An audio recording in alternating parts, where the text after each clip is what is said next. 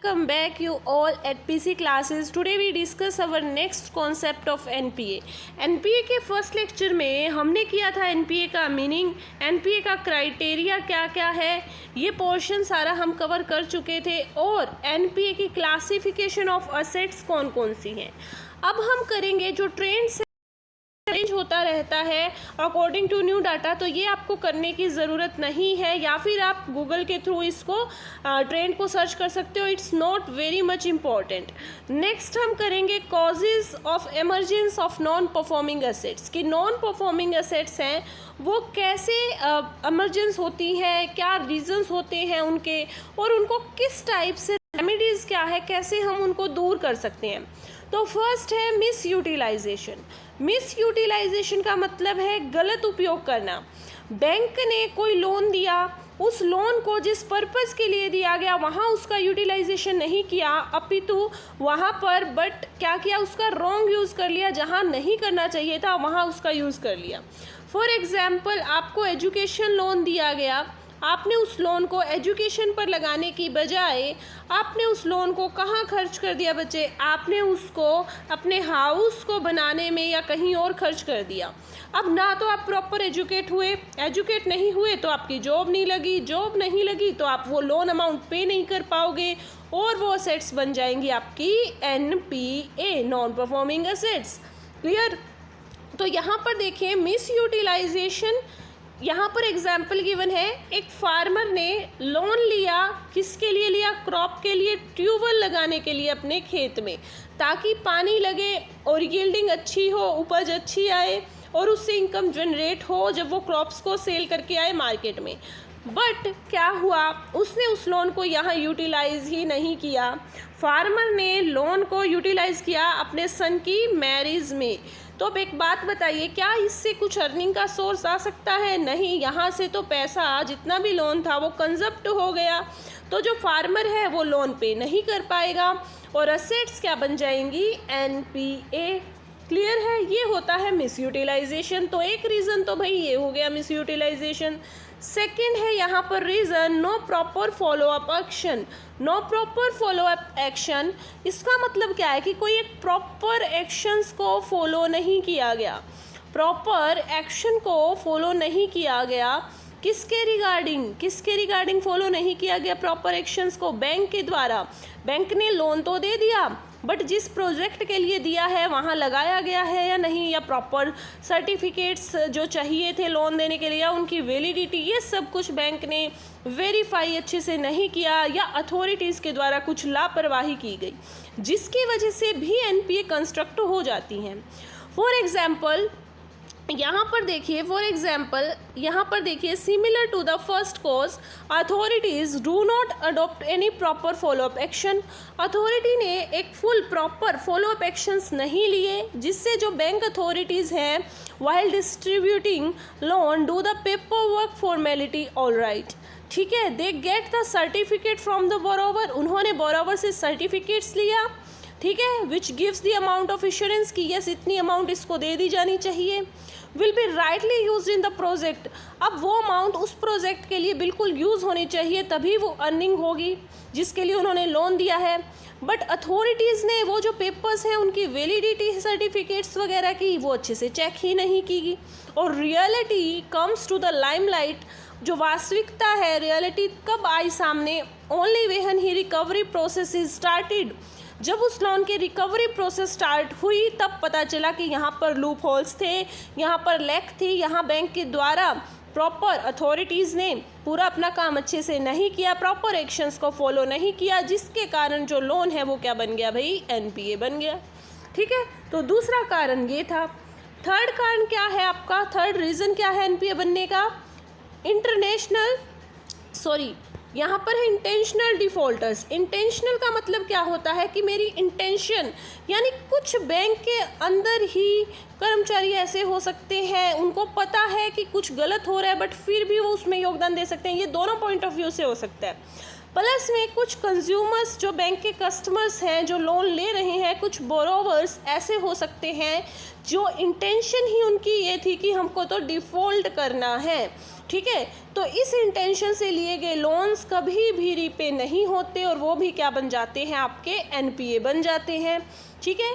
यहाँ पर देखिए कुछ फर्म्स और इंडिविजुअल प्रोफेशनल बोरोवर्स होते हैं, एक इक्वेशन बैंक के साथ, बैंक के ऑफिशियल्स के साथ, बैंक में काम करने वाले जो इंटरनल एम्प्लॉयज़ हैं उनके साथ ऐसे बना लेते हैं कि उनको लोन मिल जाए time to time by hook और क्रूक, यानी किसी भी तरीके से। हुक और क्रूक होता है कैसे भी, मतलब शाम दाम दंड भेद, कुछ भी उपाय करके वो लोन ले लेते हैं। These firms and individual from time to time prepare false documents, ये क्या करते हैं, फॉल्स डॉक्यूमेंट्स है वो बनाते रहते हैं, सेटिंग होती है इनकी और लोन के लिए अप्लाई करते हैं, लोन इनको मिल जाता है, लेकिन पर्पस क्या होता है, फिक्टिशियस पर्पस, जो रॉन्ग पर्पस होता है, धोखाधड़ी मेन इनका मोटिव होता है। तो ये होते हैं प्रोफेशनल डिफ़ॉल्टर्स। क्लियर है बात। तो इस टाइप के लोन जब इंटेंशन ही अच्छी नहीं है कि हम पे नहीं करेंगे, पहले से ही फॉल्ट करने का इंटेंशन है, तो ये भी एनपीए आपके बन जाते हैं। Now next concept is natural causes और क्लैमिटीज़। कई बारी जो जलवायु है या क्लैमिटीज़ हैं भाई, नेचुरल जो रीजंस हैं उनकी वजह से भी, नेचुरल जो रीजंस हैं उनकी वजह से भी जो लोन अमाउंट है वो पे नहीं हो पाती। फॉर एग्जांपल इंडस्ट्रियल या क्रॉप्स है उसके लिए लोन लिया गया, बट उस टाइम इतनी उपज अच्छी नहीं हुई, बाढ़ आ गई या फिर बिल्कुल सूखा हो गया, मतलब कुछ इस टाइप से अनहैपनिंग इवेंट्स हैपन हो गए नेचुरल क्लैमिटीज़ की वजह से या फिर नेचुरल कॉजेज़ की वजह से जो फसल है, जो क्रॉप्स हैं वो बेसिकली डिस्ट्रॉय हो गई। एक तो रीज़न ये। दूसरा, एक इंडस्ट्री में भी हो सकता है कि वहाँ बहुत ज़्यादा भूकंप आ गया, अर्थक्वेक आ गया या कुछ लैंडस्लाइड्स हो गई या कुछ हुआ, तो जिसकी वजह से आपका एग्रीकल्चर और इंडस्ट्रियल सेक्टर के लिए अगर जो को लोन लिया हुआ था वो पे नहीं कर पाए, जिसके कारण वो एनपीए बन गया। Now next one is reason political pressure. Political pressure क्या होता है, राजनीतिक दबाव। पॉलिटिकल प्रेशर बोले तो राजनीतिक दबाव। कई बारी जो नॉन परफॉर्मिंग असेट्स हैं, ठीक है, वो ट्रेस्ड भी हो जाती हैं, ठीक है, और उनका ये भी पता चल जाता है कि जो नॉन परफॉर्मिंग असेट्स हैं उनको, मतलब कि उनको एडवांस है वो देना चाहिए या नहीं देना चाहिए, क्योंकि पता चल जाता है कि इनका है ना कुछ रॉन्ग पर्पस है या एक्चुअली जिस पर्पस के लिए ये लोन ले रहे हैं पर्सन वहाँ पर ये कंज्यूम नहीं करेंगे, बट फिर भी किसी जान पहचान के चक्कर में या पॉलिटिकल इन्फ्लुएंस के चक्कर में, बैंक पॉलिटिकल कनेक्शंस की वजह से, बड़े बड़े बिल्डर्स के कनेक्शंस की वजह से वो लोन देने पड़ते हैं और वो लोन उन्हें पता होता है कि ये मुश्किल से ही हमें रिकवर हो पाएंगे, बट वो फिर भी देने पड़ते हैं। इसको बोलते हैं पॉलिटिकल प्रेशर, जिसकी वजह से वो लोन पे नहीं हो पाते और वो एनपीए बन जाते हैं और बैंक की जो असेट्स हैं वो लॉस असेट्स में कन्वर्ट हो जाती हैं। तो यहाँ पर देखिए कनेक्शंस की वजह से जो बोरोवर है उनके अप्रेजल, उनके डॉक्यूमेंट्स, उनके सारी चीज़ों को अच्छे से इवेल्युएशन किए बिना ही उनको लोन दे दिया जाता है। Is the appropriate instrument to set right inequalities of income and wealth, specially when such loans are not for a viable project. ये हमेशा ऐसा नहीं होता, बट कुछ एक सिचुएशन में ऐसा होता है कि मतलब प्रोजेक्ट के लिए पता है कि इस बात के लिए लोन लिया जा रहा है, वहाँ उस प्रोजेक्ट पर नहीं लगाया जाएगा, ये फेक प्रोजेक्ट दिखाया जा रहा है या फेक पेपर है, पर फिर भी पॉलिटिकल इन्फ्लुएंस के चक्कर में वो लोन दे दिया जाता है। और ये परफेक्ट एग्जाम्पल है inequality between income and wealth, क्योंकि जहाँ पर जो एक पुअर पीपल है जो कि अब लोन ले रहा है और वो अपना कुछ बिजनेस वगैरह सेटअप करना चाहता है, उसके लिए बैंक है, क्योंकि उसकी कोई जान पहचान नहीं है या पॉलिटिकल कनेक्शंस नहीं है, तो उसके सभी पेपर्स या डॉक्यूमेंट वर्क बैंक वाले इतना करवाते हैं और उसे लोन है वो फिर भी सेंक्शन नहीं किया जाता। बट कई बारी रॉन्ग प्रोजेक्ट में पॉलिटिकल इन्फ्लुएंस की वजह से बैंक है वो लोन सेक्शंस कर देते हैं और वो बाद में एनपीए कन्वर्ट हो जाता है। ठीक है, तो that's the one reason of NPA. यहाँ पर हम पढ़ चुके हैं 4 रीज़न, जिसमें आपका मिसयूटिलाइजेशन ऑफ लोन अमाउंट और intentional defaulters, natural causes and calamities, political pressure. Now next one is reason है हमारा large branch expansion. Branch expansion क्या होता है? ब्रांच एक्सपेंशन होता है ब्रांच एक्सपेंशन होता है ब्रांचेस को आगे बढ़ाना, ब्रांच का विस्तार करना, इसको बोलते हैं ब्रांच एक्सपेंशन। तो in recent years there has been a worst expansion, बहुत ज़्यादा एक्सपेंशन हो रहा है ब्रांचेस का, बैंक्स का, स्पेशली जो पब्लिक सेक्टर बैंक्स हैं उनकी ब्रांचेस का। और मेन मोटिव क्या है इनके पीछे, एक्सपेंशन के पीछे, provide adequate banking facilities rural, backward और रिमोट एरिया में। Now what is the remote area? Remote area वो एरिया है जहां पर ना ही कोई बैंकिंग की फैसिलिटी पहले अवेलेबल थी, ना ही कोई फाइनेंशियल फैसिलिटी अवेलेबल थी, उस एरिया को रिमोट एरिया बोला जाता है। तो यहाँ पर बैंकिंग की फैसिलिटी रूरल, बैकवर्ड और रिमोट एरिया में प्रोवाइड करवाना, ठीक है, ये है आपका ब्रांच एक्सपेंशन।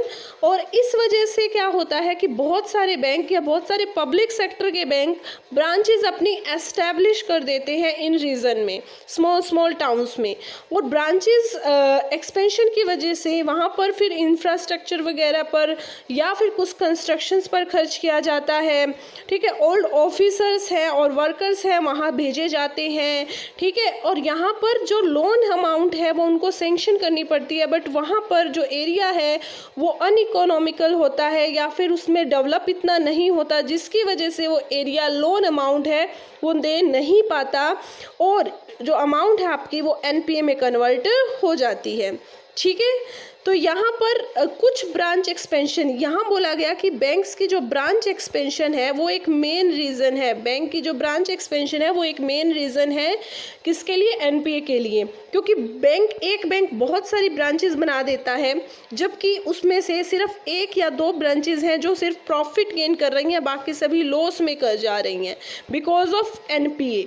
तो ये एक मेन सोर्स है आपका एनपीए कंस्ट्रक्ट होने का। Now next one is pressure of seniors on the operating managers.